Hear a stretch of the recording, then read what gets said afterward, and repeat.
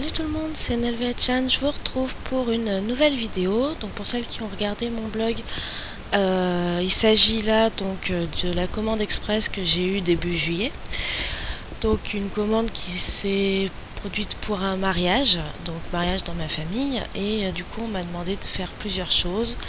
Donc de décorer une boîte pour mettre les enveloppes dedans, de décorer des lettres, des grosses lettres en papier mâché ou enfin, ce genre de choses. Une carte pour ma maman et une carte pour moi. Voilà. Donc là je vais vous montrer la carte que j'ai fait pour ma maman. Donc voilà, je vous montre le matériel que j'ai utilisé. Là ce sont des petits cœurs que m'a confié donc ma cousine qui se mariait. C'était donc des restes de sa préparation de mariage. Et donc je vais utiliser les couleurs que j'ai utilisées pour la boîte notamment. Donc là vous voyez j'ai pris donc un cardstock craft pour changer un petit peu. Alors sur la boîte j'avais mis du tissu adhésif un peu couleur craft, mais plus, enfin c'était pas craft, c'était on va dire plus lin, c'était du tissu adhésif type lin. Donc pour rappeler un petit peu ça, parce que le tissu adhésif j'en ai eu juste assez pour faire donc la boîte et les lettres. Donc pour rappeler un peu cette couleur, j'ai pris du papier craft. Donc ça c'est un papier blanc maé pré-embossé. Donc pareil que j'ai utilisé pour faire la boîte et les lettres. Il m'en restait une feuille, donc je l'ai utilisé également pour faire les cartes.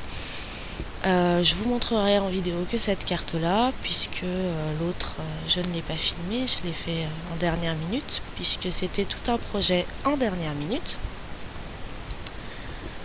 Et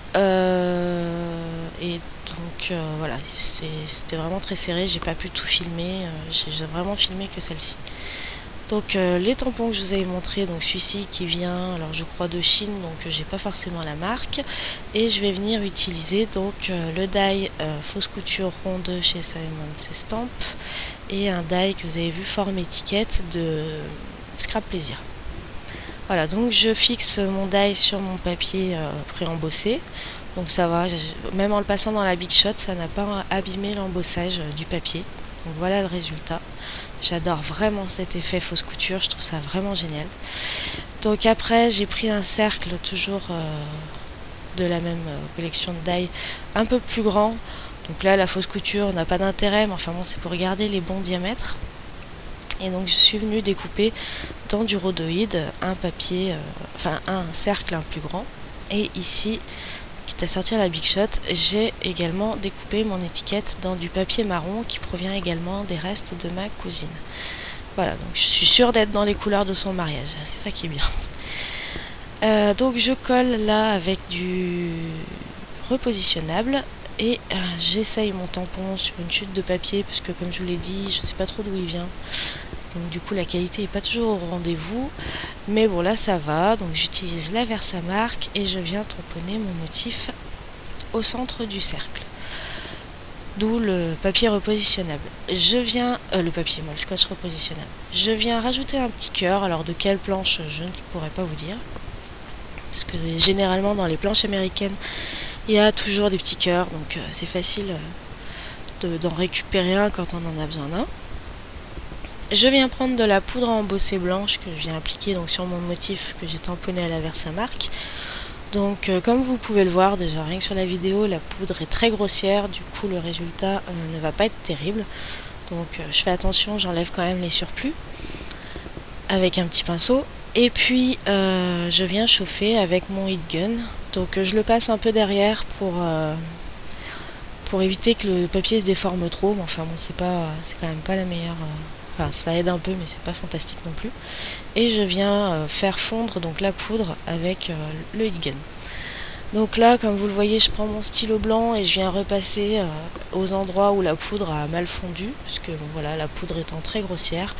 Ça fait longtemps que je dis que je voudrais en changer, mais en même temps, ça m'embête de repayer quelque chose que j'ai déjà. Mais bon, c'est vrai que la qualité est vraiment pourrie. Donc pas terrible. Faites attention quand vous achetez vos poudres, si elles sont trop épaisses, c'est vraiment pas terrible, ça fond pas très bien. Donc là sur l'envers de mon devant de carte pré-embossé, j'ai collé donc le rond de rhodoïde que j'ai pré-découpé. Et là j'ai fait des petits bouts de mousse 3D. C'est une mousse 3D assez épaisse, elle doit faire 3 mm. Du coup je découpe des petits bouts et je viens faire donc le contour de mon cercle en laissant peut-être un petit millimètre de marge par rapport à l'ouverture pour être sûr qu'on ne voit pas l'ouverture, enfin qu'on ne voit pas la mousse 3D une fois que j'aurai fait ma shaker box. Donc oui, ça sera une carte shaker box du coup. Voilà, donc j'ai fait tout mon petit contour, j'ai rajouté de la mousse 3D pour bien faire tenir et que tout soit bien à la même hauteur. Je viens récupérer donc tout un tas de petits cœurs que ma cousine avait prédécoupés. Donc du coup ça m'évitait de le faire, c'était très très sympa, ça m'évitait de le faire, c'est pas toujours évident et c'est surtout très long. Et puis donc maintenant je viens fixer mon devant de carte pré-embossé pour fixer la shaker box. Voilà.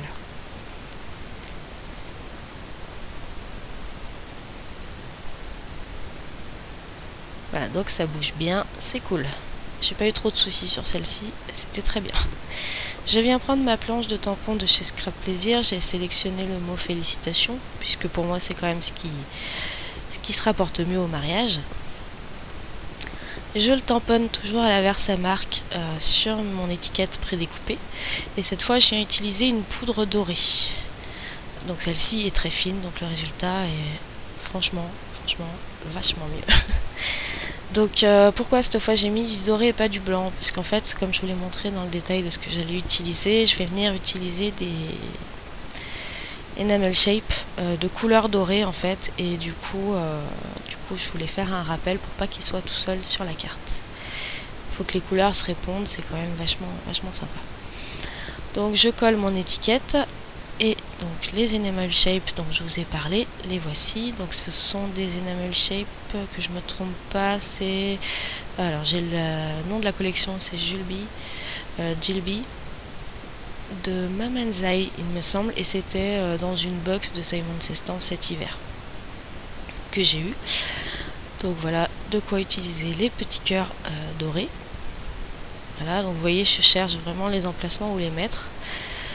Dans ma chute de papier marron dans laquelle j'ai fait l'étiquette, je viens donc découper à la perforatrice des petits papillons.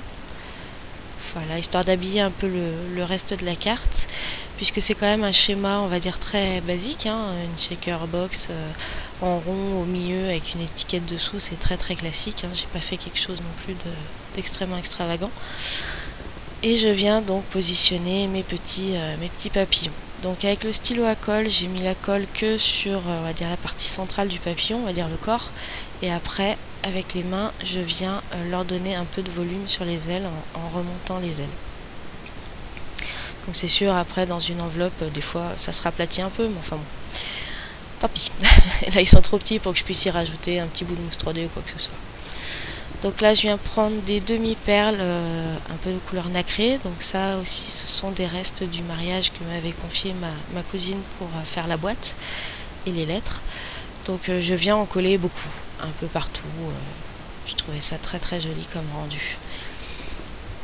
Voilà, donc en fait pourquoi c'était une commande express? Tout simplement parce que on m'a confié le projet et on m'a donné les éléments du projet moins de 2 semaines avant le jour J du mariage. Donc c'était très serré à faire et c'était en plein milieu de la canicule. Comme certaines le savent, quand il fait très chaud j'ai beaucoup de mal à scraper. Et là c'était une commande très urgente, donc j'avais pas bien le choix et c'était très compliqué puisque tous les 10 minutes, tous les quarts d'heure, j'étais obligée de sortir de mon bureau et de me mettre devant un ventilo. Il faisait très chaud, notre appartement avait pris énormément la chaleur et vraiment la seule moyen qu'on avait c'était de s'humidifier avec un vapeau et puis de se mettre devant un ventilo parce qu'on n'avait pas de clim, on n'avait rien du tout. Donc vraiment ça a été un peu un challenge de faire du scrap dans ces conditions là. Donc ce que je vous ai pas raconté, c'est que j'ai mis donc du Wink of Stella, donc ce stylo, sur les papillons, et là j'en mets sur les parties embossées de mon dessus de carte. J'ai également fait un petit contour en fausse couture, parce que sinon je trouve ça triste. Et voilà, donc notre carte est terminée. Donc une checker box toute simple, mais je sais que ça lui a beaucoup plu, comme le reste. Donc comme je vous ai dit, le reste, je ne l'ai pas filmé. Je vais mettre l'ensemble des photos de ce que j'ai réalisé sur mon blog. Donc je vous propose d'aller y faire un saut. Et puis là, je vous montre la photo de la carte. Et puis je vous montrer aussi également la photo de la deuxième carte que j'ai réalisée pour moi, pour lui offrir. Et pour le reste, bah voilà, je vous invite à aller voir mon blog pour voir le reste de la composition. Merci d'avoir regardé cette vidéo. Merci d'être toujours présent et présente sur mes vidéos. Je vous fais plein de gros bisous et je vous dis à très bientôt. Allez, bye bye.